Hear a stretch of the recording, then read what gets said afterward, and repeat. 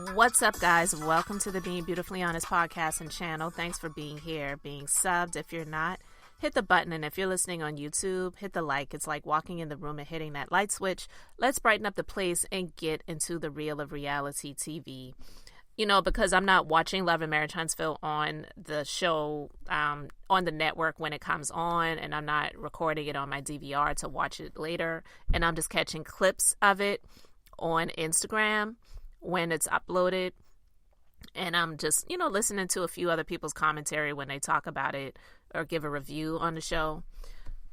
I have to say that this doesn't shock me because all Hotel knows how to do is lie. Like, that's what he knows how to do. He doesn't know how to be honest and tell the truth.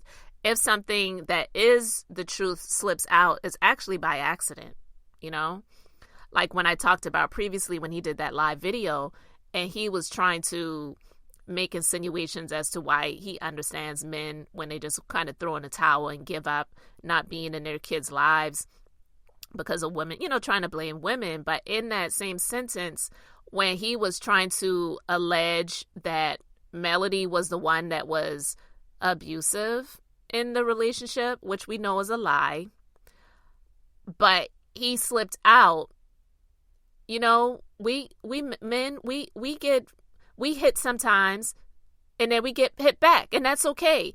He didn't mean for that to come out because he was admitting that he has hit her before and she got her strength and she hit him back. And so that's the thing that really angers me about a lot of people, especially in the African American community. If a woman is hit by a man, they're in a relationship and a woman is hit by a man, just because that woman is not cowering in the corner with her arms over her head and face saying, please don't hit me anymore. I love you. Don't do this. And she's strong enough to not just sit there and take it and she's hitting back. That doesn't make her any less abused than the woman who is sitting and cowering in the corner in fear, or calling the cops or calling someone to come and pick them up and saying, please come get me. This nigga's going crazy over here.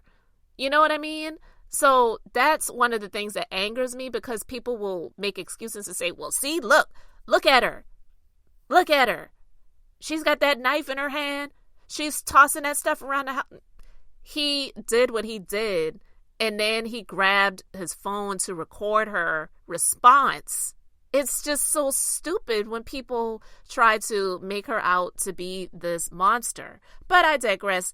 What my point in even bringing that up and saying that is the fact that all he does is lie. And when a truth actually slips out, it's on accident. It's not on purpose.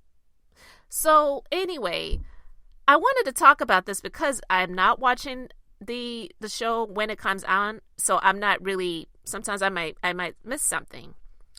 But someone made a comment and I said, you know something? I think you're onto it. So the person said, I believe that Martell's decision to pick up some documents while he had two of his children with him was staged for the show. Wasn't he in corrections prior to Melody helping him become a special education teacher? He knew there was a warrant, and he knows how the process works.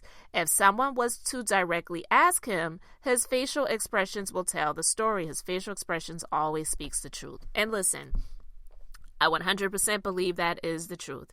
I believe that he staged it for the show, and even now it's making more sense because to see him sit there having this conversation with his mom, yeah, Mom, I'm glad you came and got the kids. You got there in like 2 minutes. And she's like, yeah, baby, because I was curling my hair for work and I had to come. They're so terrible at their acting. It's unreal. But the reason she got there in 2 minutes was because, like this person said, it was all staged for the camera. He already knew what he was about to do. He knew he was about to turn himself in, and he wanted to make himself look like the victim. Poor father, having the children in his care and wind up getting arrested after he was just going to pick up some documents. What documents were you going to pick up? That builder's license that you still haven't passed the test for? Man, please. So listen, I just wanted to talk about that really quick because I really believe this person's, their scenario of the situation is very much accurate. And to see Carlos in his Victoria's Secret robe or pajamas or whatever it was, calling Melody on FaceTime, which was tasteless and classless in my opinion, to ask her, is she ready for the podcast? And then, oh, by the way, heard that he got arrested. How are you holding up? Like he really cared. If he really cared, that would have been the first thing that he mentioned, and he didn't have to call her on FaceTime to do it. So anyway, let me know what you think about this setup, this plot, and this plan. I'm quite sure that he had already had it situated with Carlos, with production, on how they were going to do it. Because, law enforcement is involved, so they can't go into the jailhouse with him and follow him as they put the cuffs on him inside the building. Because trust and believe, even though he had it set up, and I believe this to the T, because they want to control the narrative. That's what narcissists do.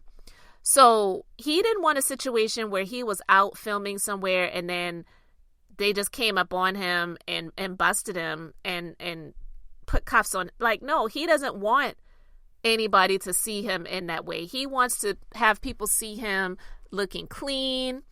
He doesn't want anyone to see him without his head shaved, so we could see that receding hairline when the hair grows in with him looking like George Jefferson. No, he doesn't want anyone to see that. He wants people to see him looking clean, shaved, wearing nice clothing.